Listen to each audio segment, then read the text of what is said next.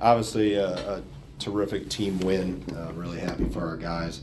I think they, for the most part, followed the plan. I don't know if we talked about making 13 threes, but defensively tried to control them the best that we could. Minimizing their attempts from three. And obviously they got really good players and have scored a lot of points. But I thought just up and down the lineup we got great contributions. Obviously Conor comes in and knocks down some shots, but John, Kamari McGee, even though he played about 6 minutes, I thought they were very impactful. Nolan Winters play continues to learn as a freshman. So just a lot of good things across the board, and happy for our guys. And this league is, it's going to continue to move forward, and we got a big one, as they all are, Wednesday night in Columbus. Questions, Ben? Greg, you mentioned when you played Iowa that the matchup didn't really kind of fit the siege and defensive. What did you like about the matchup today, putting him in there, and did what you see today, was that a carryover from what he's been doing in practice the last couple of weeks? If you pull out yesterday, yeah. Were you at practice yesterday, Ben? Okay. It's as I told Andy Katz on the BTN after the game, it was practice better.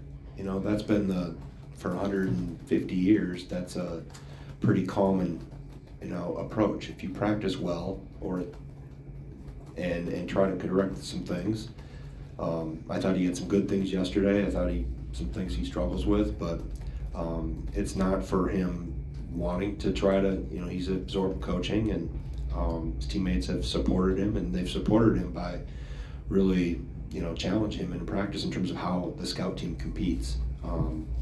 And that's a big credit I gave to them. The scout team in the locker room was that they really prepared us where it made today much easier. So, for Conor, it's a matter of just continue to get better, and when your opportunities come, obviously everybody loves the ball going in, but I told him yesterday, I don't care about that. I want you to compete. I want you to defend, scrap, get a little scratched up and dusty a little bit, dirty, and shots will go in.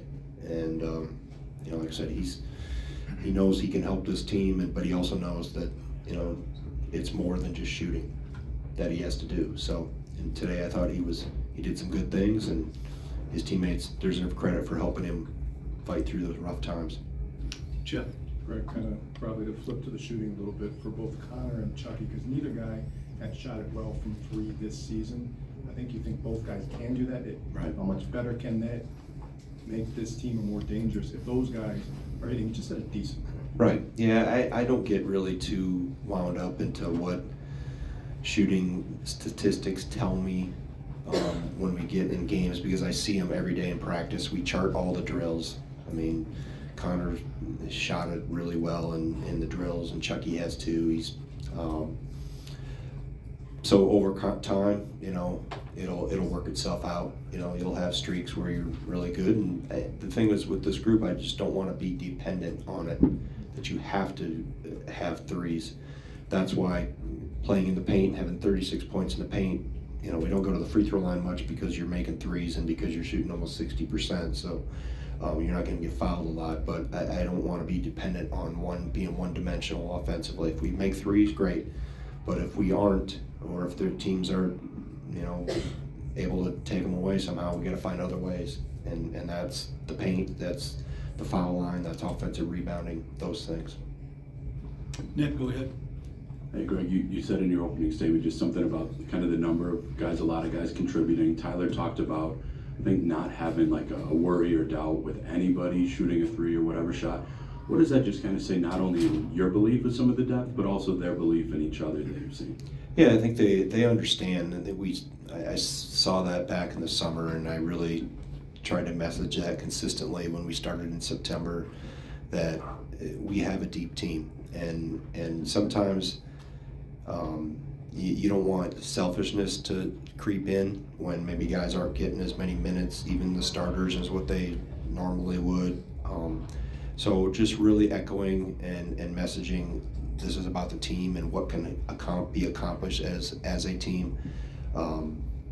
and they've all, to their credit, have joined in on that, and they understand in order for us to do what we want to do, it's going to take everybody. And it's not just on game days. It's practices, it's weight room, it's all 18 guys are important to this, and they all have a role. Some of them change as the season goes on, but they have to continue to be committed to the team first and give themselves to that, to the team. And this group is doing it. I mean, and you're always, I think, in today's world of, everybody talks about the transfer portal, NIL, and some of those things that they promote individualism, and you have to counter that. That's part of it, the world we're in. But from a coaching staff standpoint and how you want your culture, your program to be, it's still about the team is going to accomplish big things, and when those big things happen, individuals get rewarded as a byproduct of a team being really good. Go ahead. I think Nebraska had like 15 steals in its last game, 16 game before that. You only end up with about 8 turnovers. Just how are you able to kind of stay as efficient as you usually are against them? I mean, floor spacing, good decisions. The ones where we did turn it over, I know 3 times we drove baseline when we shouldn't drive baseline. It's cut off. How they defend schematically shuts that off anyway. They got an extra guy at the rim or in the paint. First possession of the game was one of them where we drove and Max threw it back cross court, and it's a cardinal sin not to throw it back across the floor. But I think you just taking care of the ball and making good decisions is something we talk about from the day they walk in the door. That's usually the first thing they hear from me. Mike Bray had an old saying he had in his locker room at Notre Dame: if you take care of the ball and go to class, you and I are going to get along just fine. So I haven't used that one on them yet, but if they take care of the ball, good things happen when you take care of the ball because you get a shot at the basket.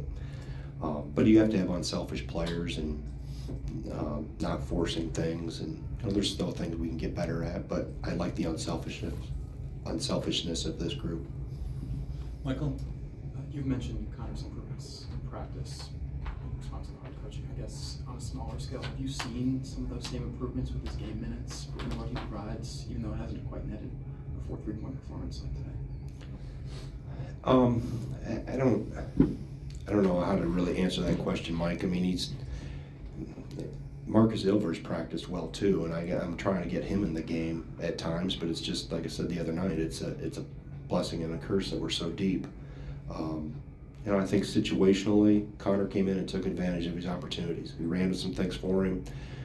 Got guys in there that we were able to find the right, the combination of lineups, which I'm still, because there's so many guys, I'm still trying to learn what combinations are good together, not good together, those things. So, I think the credit goes to Conor because he had some things pointed out a month or so ago that he needed to get better at, and it wasn't going to happen overnight, and it's still not going to happen overnight. He's not where he can be and needs to be, but at least he acknowledged it, embraced it, and said, all right, yeah, I know I have to get better at A, B, and C, and obviously he has a skill set. He shoots the ball at a high level, but he also understands for this team to be at the level we want to be at, he's got to do more than that because we play really good teams, and you have to do more than just shoot it. You have to continue to work to become a complete player.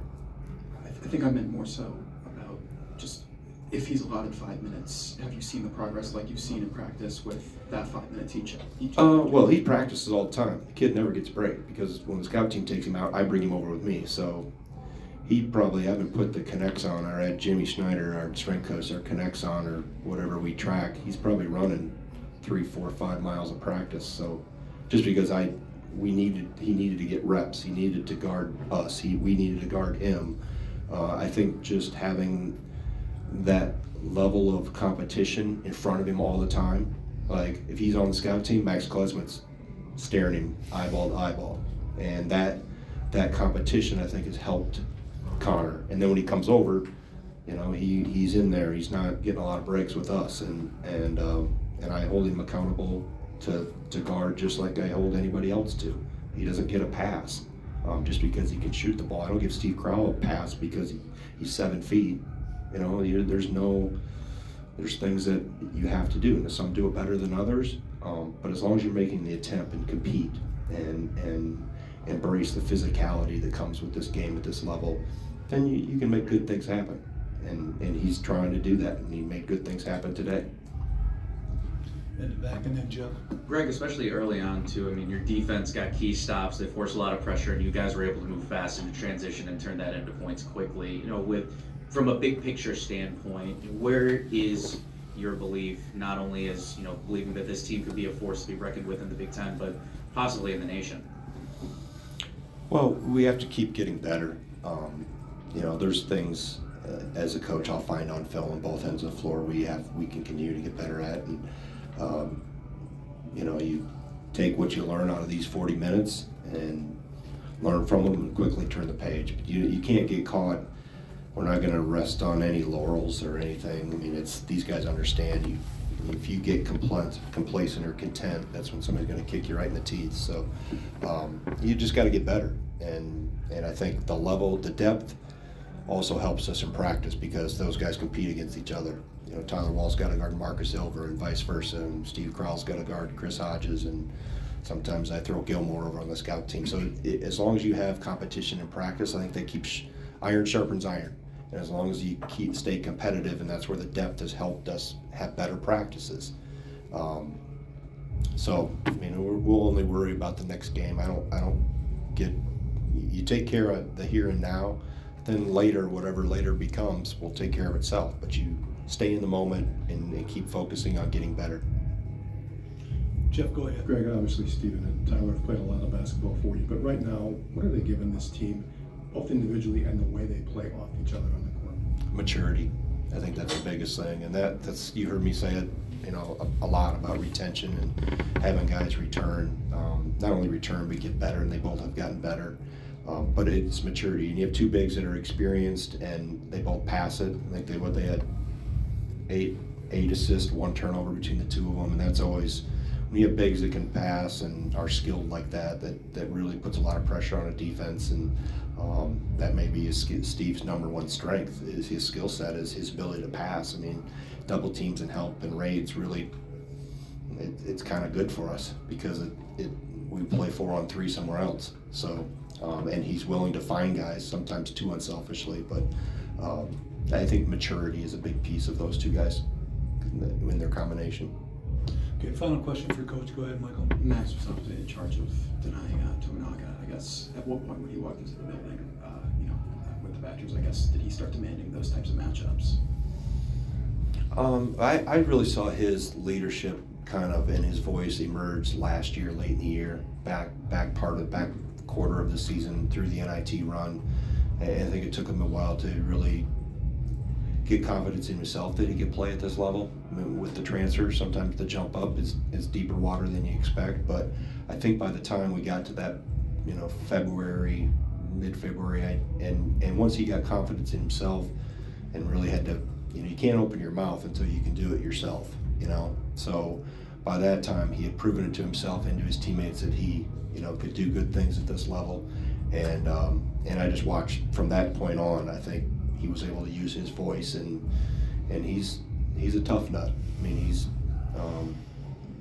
so he wanted that, and he liked the challenge of it, and you know, we got other help. I put Kamari on him for a little bit, gave him a little different look. John's a little longer, a little different look too, but you know, they use him in a variety of ways and put pressure on you. They got a big that passes pretty well too, and rank mass. So and I think just everybody, like I mentioned earlier, everybody has a role on the team, and Max knows what his role is and plays it pretty well.